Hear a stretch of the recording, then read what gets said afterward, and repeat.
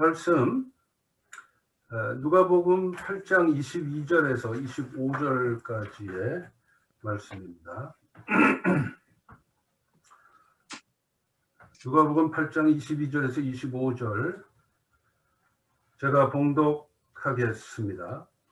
바로는 제자들과 함께 배에 오르사 그들에게 이르시되 호수 저편으로 건너가자 하시매 이에 떠나 행선할 때에 예수께서 잠이 드셨더니 마침 광풍이 호수로 내리치매 배에 물이 가득하게 되어 미태한지라.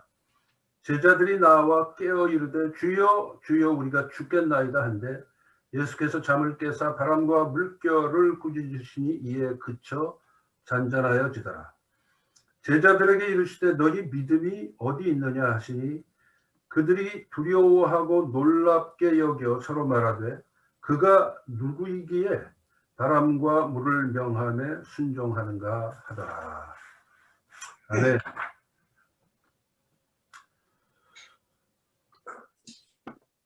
자, 공부를 하는데 매일 꼴찌만 하는 아이가 있었습니다. 항상 꼴찌만 하는 거예요. 그래 아들이 매일 꼴찌만 하자 더 이상 참지 못한 아버지가 시험 전날 아들을 불렀습니다. 그리고 마치 중대 발표를 하듯이 아들을 향해서 한 가지 제안을 했어요. 얘야, 네가 만약 꼴찌를 면하기만 하면은 무엇이든지 네가 원하는 그 소원을 하나 들어주겠다. 그렇게 아버지가 제안을 하니까 아들이 뭐 여러 가지 원하는 게 많이 있었을 거 아닙니까? 그래서 상당히 내심 기뻐하고 있었는데 아버지가 한마디를 덧붙이는 거예요. 그러나 이번에도 또 꼴찌를 하면 너는 더 이상 내 아들이 아니다 그랬어요. 그 다음날 이제 아들이 시험을 보고 돌아왔습니다. 그래서 아버지가 아들에게 물었어요. 아들아 어떻게 됐냐? 아들이 뭐라고 대답을 했을까요? 혹시 어디서 들어보신 적 있으세요? 답을 아십니까? 아저씨. 네? 아저씨. 신 목사님 어디서 들어보셨군요. 아저씨 누구세요? 아들이 그렇게 대답을 했다는 거죠.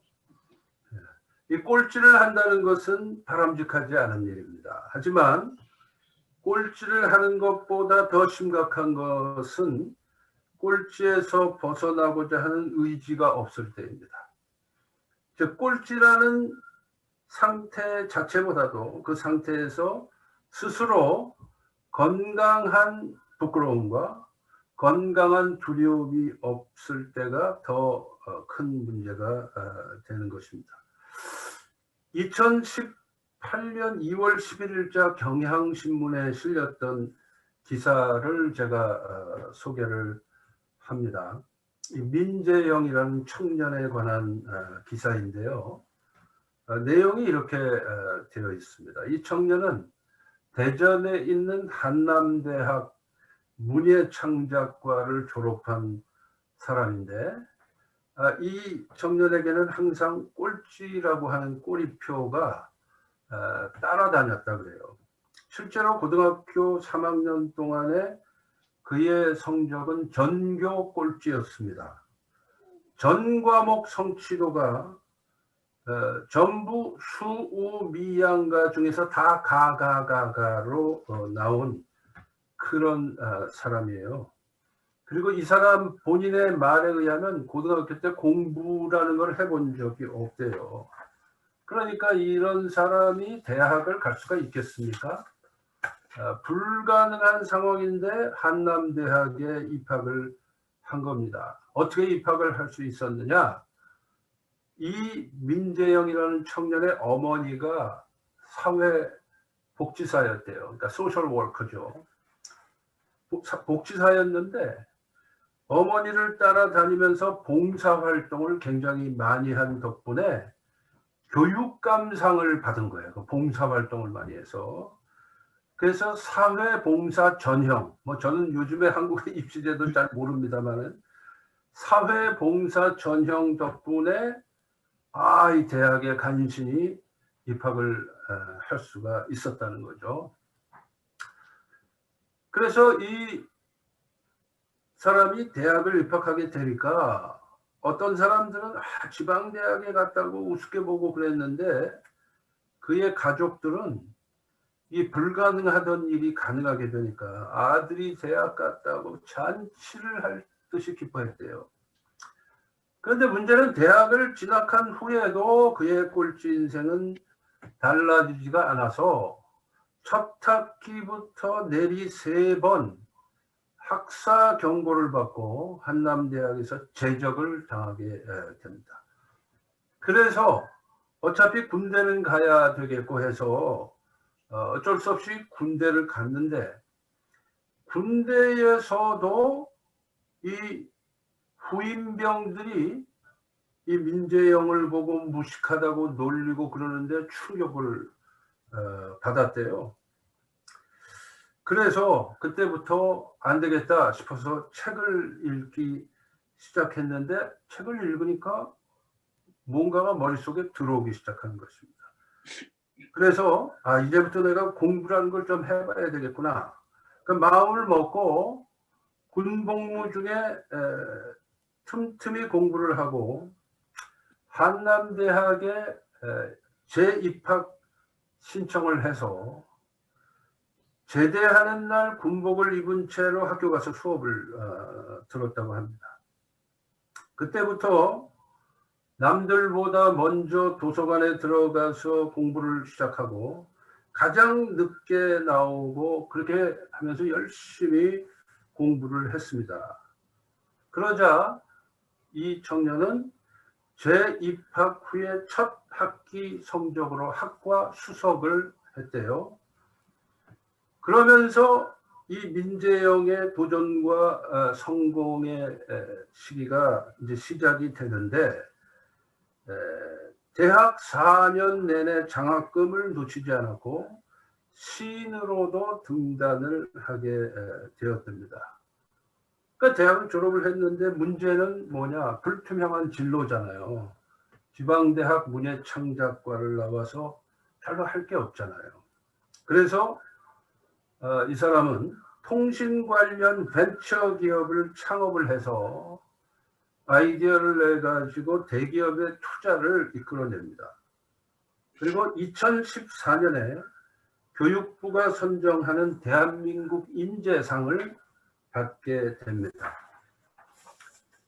결과적으로 사업에 크게 성공을 하지는 못했지만은 이러한 과정이 그에게 좋은 경험이 되어서 이후에 그는 카이스트 대학원에 진학을 해서 미래 전략을 전공하게 되고, 문과생이었던 그가 이 신문 기사가 난 게 지금부터 3년 전이잖아요. 그때까지 확보한 기술 특허만 20건이 넘는다고 합니다.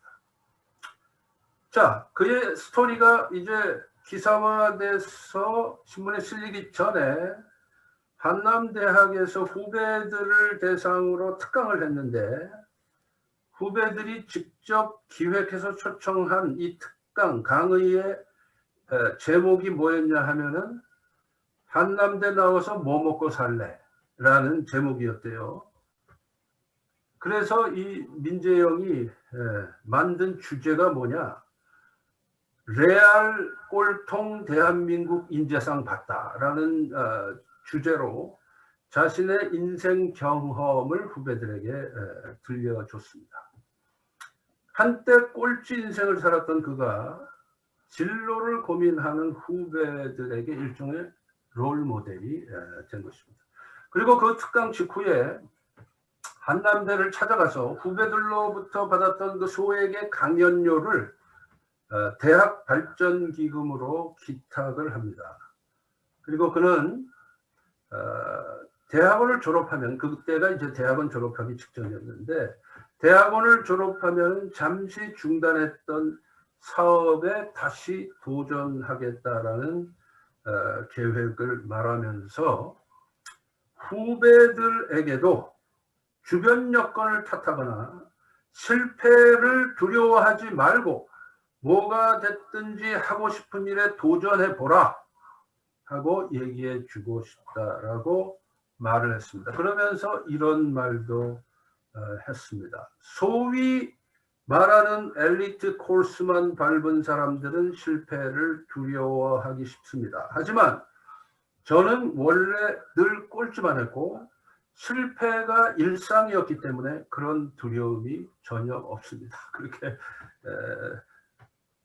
인터뷰를 했습니다. 기자하고. 아주 멋진 청년이 아닙니까? 아주 감동이 되는 내용이라서 제가 여러분들과 나누는 것입니다. 자, 오늘 누가복음에 예수님의 갈릴리 사역 강의 19번째 시간인데요. 오늘 본문 내용은 아주 간단합니다.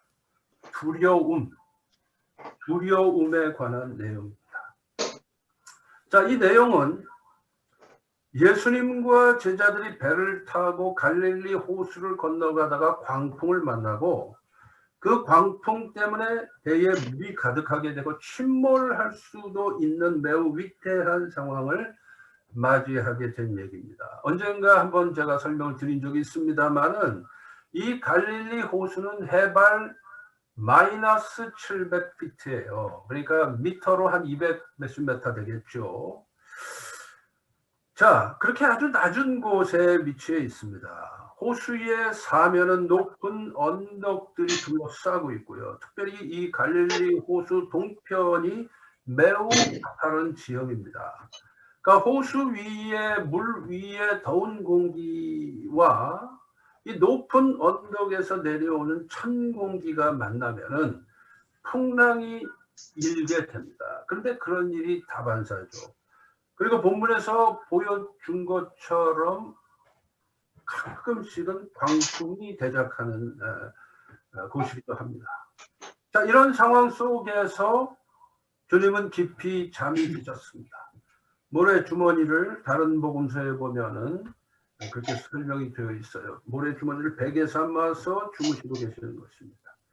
사실 그러실 수밖에 없는 것이 주님은 하루 종일 말씀 사역을 하시고 육신적으로 지친 상태입니다. 그래서 이동 중인 배에서 그것도 광풍 중에도 태평하게 잠드신 것입니다. 이 태평하다, 이제 제자들이 볼 때 그런 거죠. 자, 주님의 이런 모습은 극도의 공포감 속에서 우왕좌왕하는 제자들의 모습하고 아주 대조적입니다. 게다가 예수님은 목수 출신이고 순회 전도자라고 그랬잖아요. 목수 출신의 순회 전도자인데 광풍에 휩싸인 배에서 태평하게 주무시고 제자들은 갈릴리 호수의 전문 뱃사람 출신들인데 극도의 패닉 상태로 안절부절 못하고 있는 것입니다. 그러니까 이게 참 대조적이 아닐 수가 없는 거죠. 저야 지금 이런 상황에 있지 않고 이 내용을 설교 재료로 해서 설교를 하고 있으니까 태평하고 여러분들께서도 제 설교를 듣고 계시니까 아주 평안한 그런 상태에 있으시지만 우리가 상상을 해서 제자들의 이 상황 속으로 우리가 옮겨가 본다면 이거는 말로 형언이 안 되는 극도의 공포스러운 상황입니다. 자, 지금까지는 이제 오늘의 영적 교훈의 배경에 해당이 되고요. 이제 진짜는 그 다음에 나옵니다. 본론은 두려움과 믿음의 문제니까요. 자, 제자들이 하도 다급하니까 고온하게 주무시는 주님을 막 깨웁니다. 인정사정 없이 주여 주여 우리가 죽겠나이다. 이게 뭐예요? 다른 말로 뭡니까? 이게 패닉 디스오더 아닙니까? 공황장애 같은 거죠. 일종의 일시적 공황장애죠. 너무 두려움이 엄습해오는 거예요. 그냥 배가 확 그냥 침몰돼서 다 몰살할 것 같은 그런 상황인 거죠. 그런데 주님께서 일어나시더니 바람과 물결을 꾸짖으십니다. 그러니까 일순간에 잠잠해지고 잔잔해지는 것입니다. 그런데 이제 대개 주님께서는 어떤 상황이 어떤 문제가 해결된 후에는 제자들에게 그 문제 속에 담긴 영적 교훈의 그 레슨을 하시죠. 그러니까 주님이 제자들에게 던지시는 말씀이 뭡니까? 너희 믿음이 어디 있느냐? 너희 믿음이 어디 있느냐? 그러니까 너희가 가지고 있는 믿음이 어떤 믿음이냐? 어느 정도까지의 믿음이냐? 이런 뜻이죠. 즉 두려움과 믿음의 상관관계를 지금 말씀하고 계시는 거예요. 두려움이 닥쳤을 때 믿음을 보일 수 있다면 이건 진짜 믿음이에요. 두려움과 상관없는 상황에서 믿는 것은 상대적으로 좀 쉬울 것입니다. 그렇지만 두려움이 닥쳤을 때에도 흔들리지 않고 믿음을 견지하고 있다. 이건 매우 어려운 것입니다. 그런데 예수님의 이 질문에 대해서 제자들은 예상 외의 반응을 보여요. 물론 누가복음 모든 것을 디테일하게 다 기록한 건 아니지만 엑기스만 기록한 거지만 그렇습니다. 제자들은 이렇게 서로 말을 하고 있었습니다. 그가 누구이기에? 그가 누구이기에? 바람과 물을 명함에 순종하는가? 그러니까 제자들의 이 반응도 가만히 따져보면요, 믿음의 문제입니다. 그가 누구이기에? 오늘 설교 제목인데요. 그가 누굽니까? 예수님이 누군가요? 우리는 다 알아요. 그리고 믿습니다. 예수님은 메시아이시요 우리의 주님이시다 라고 알고 믿고 있습니다.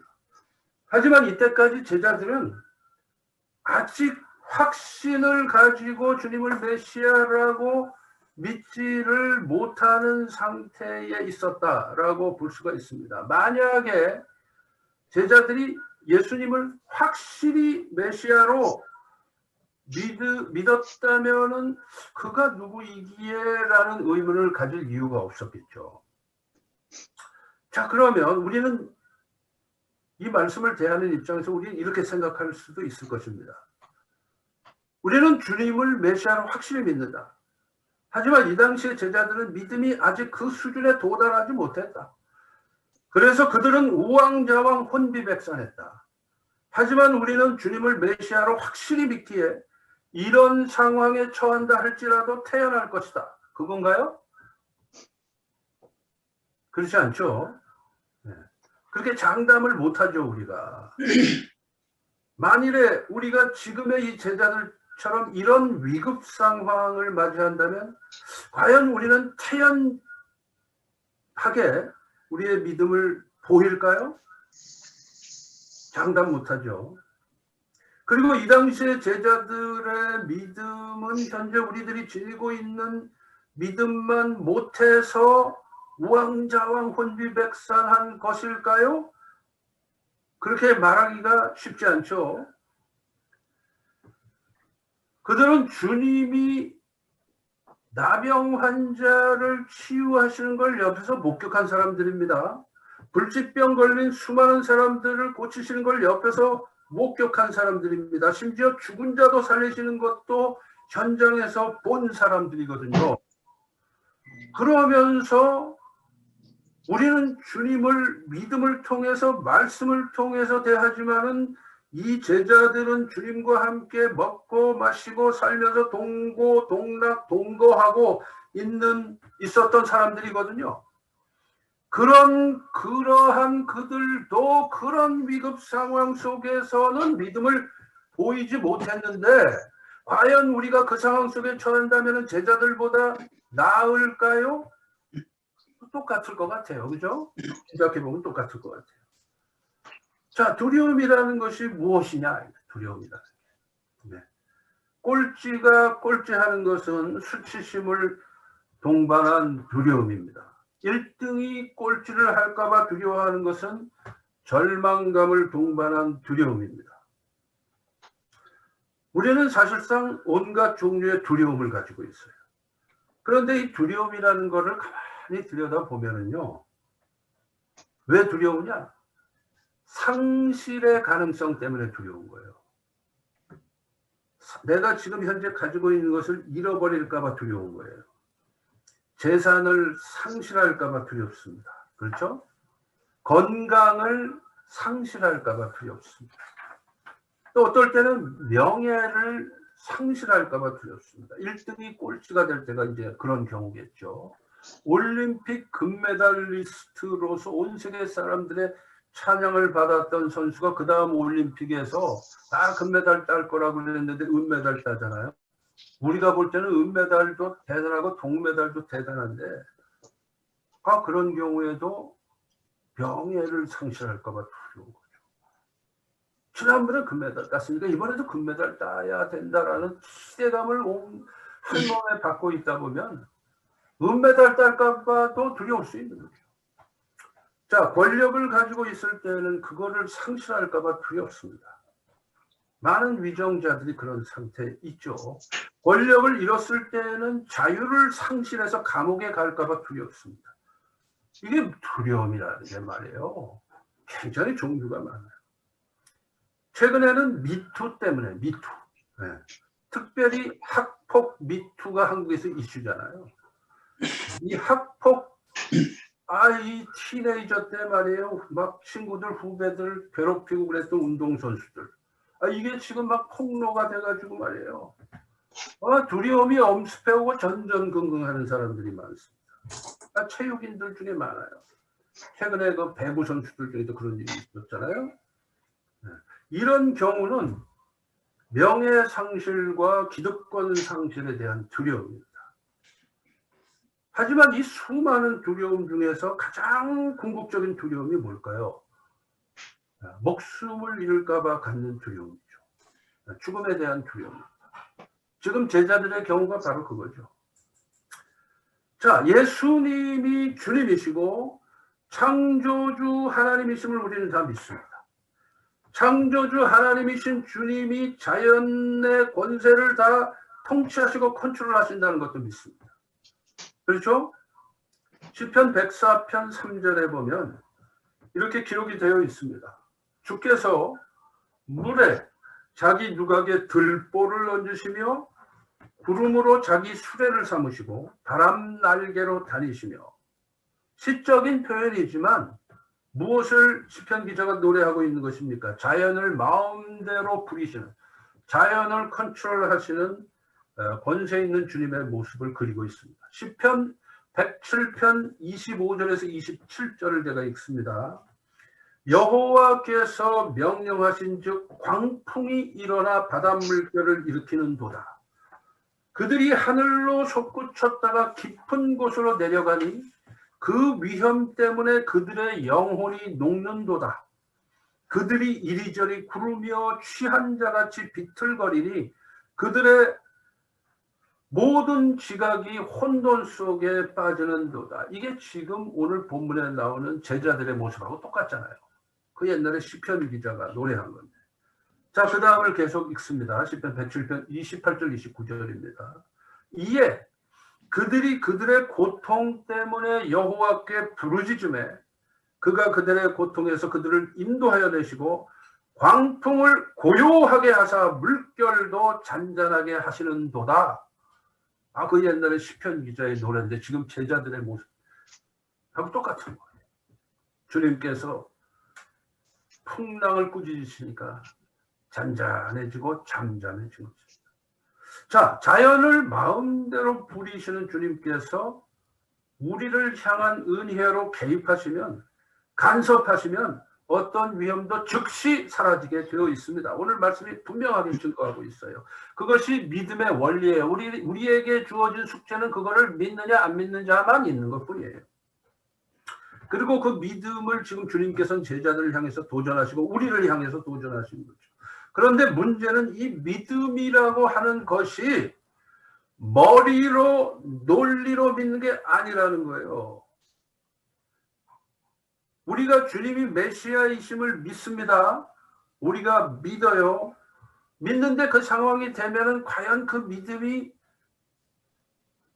50%라도 작동이 될까요?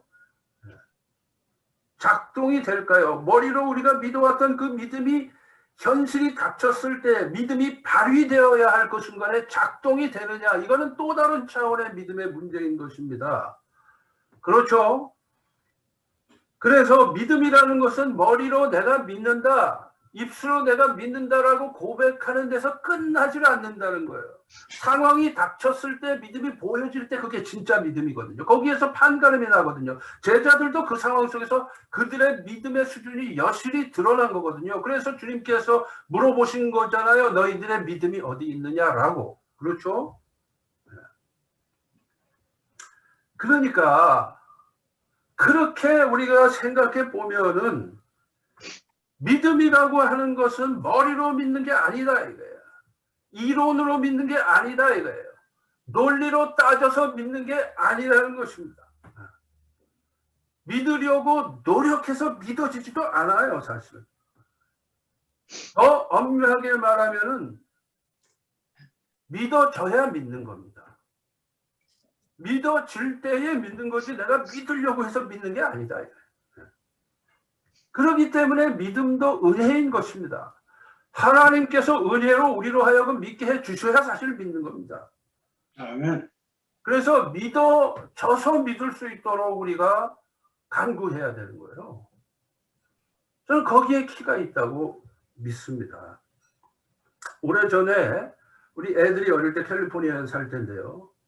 우리 이삭이하고 요셉이가 한 4살, 5살 정도 됐을 때입니다.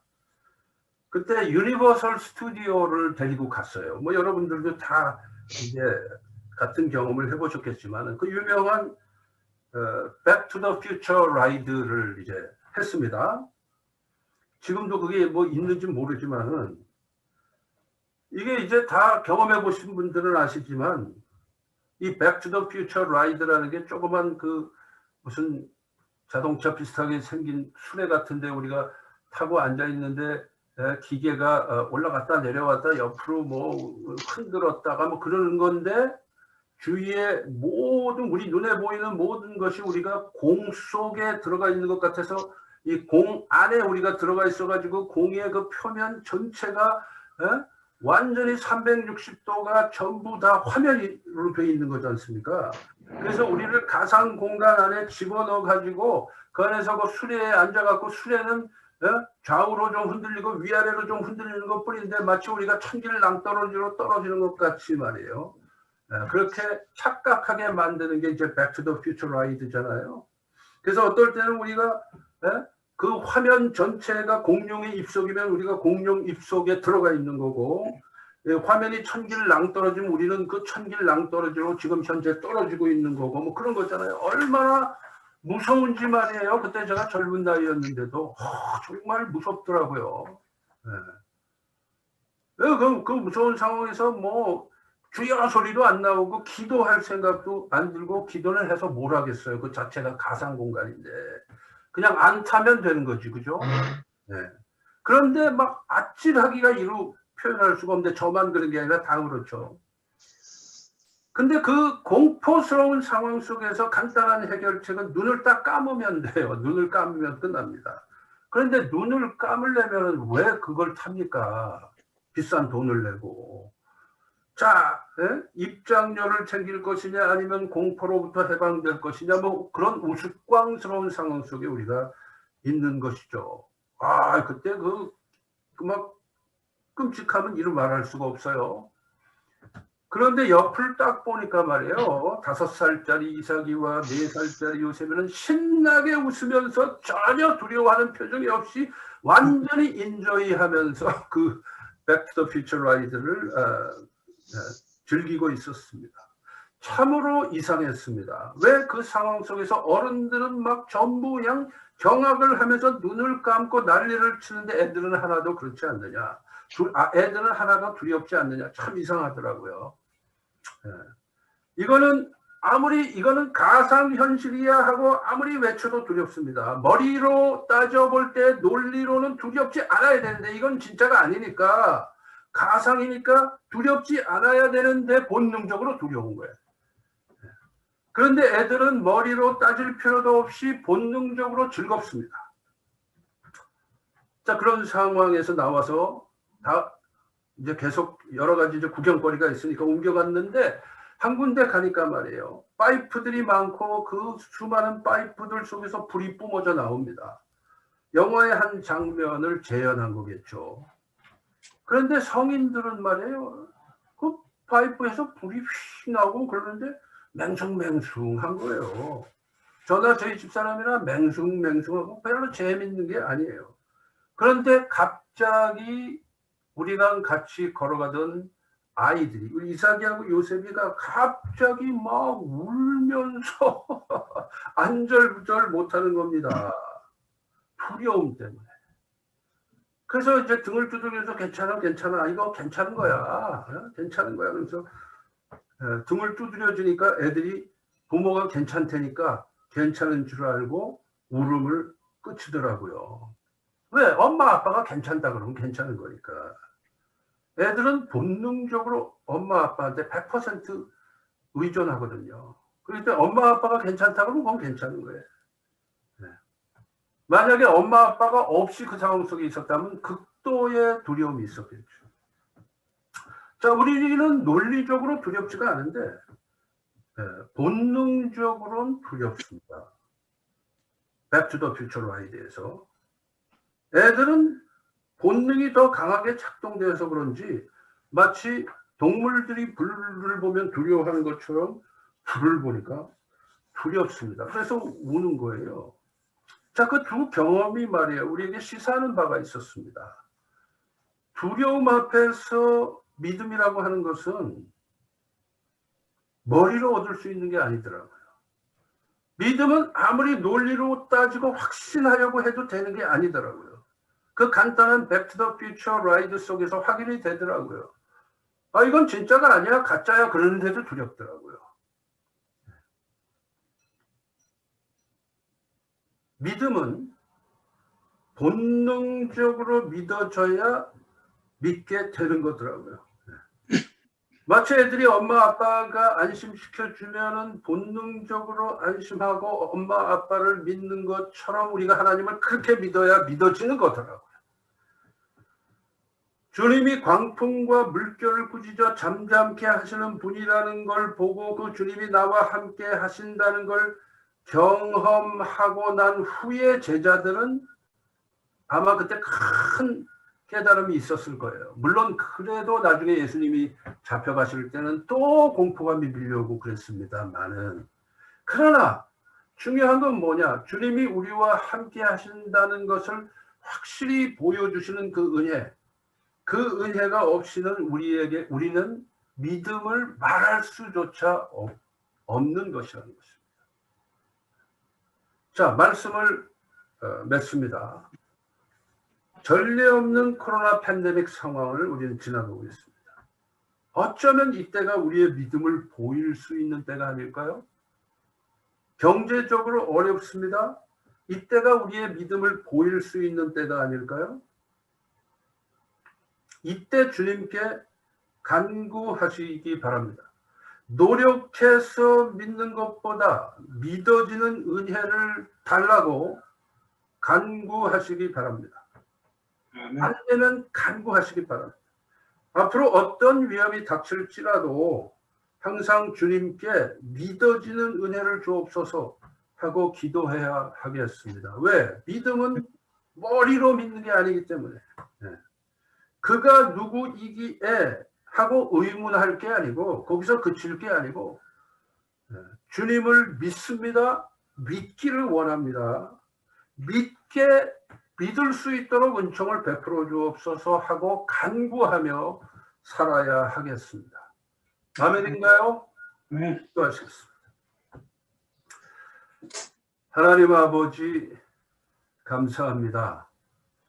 제자들의 그 상황 속에 우리가 실제로 옮겨갈 수만 있다면 우리나 당시의 주님의 제자들이나 똑같은 반응을 보였을 것을 저희들은 이미 직감으로 알고 있습니다.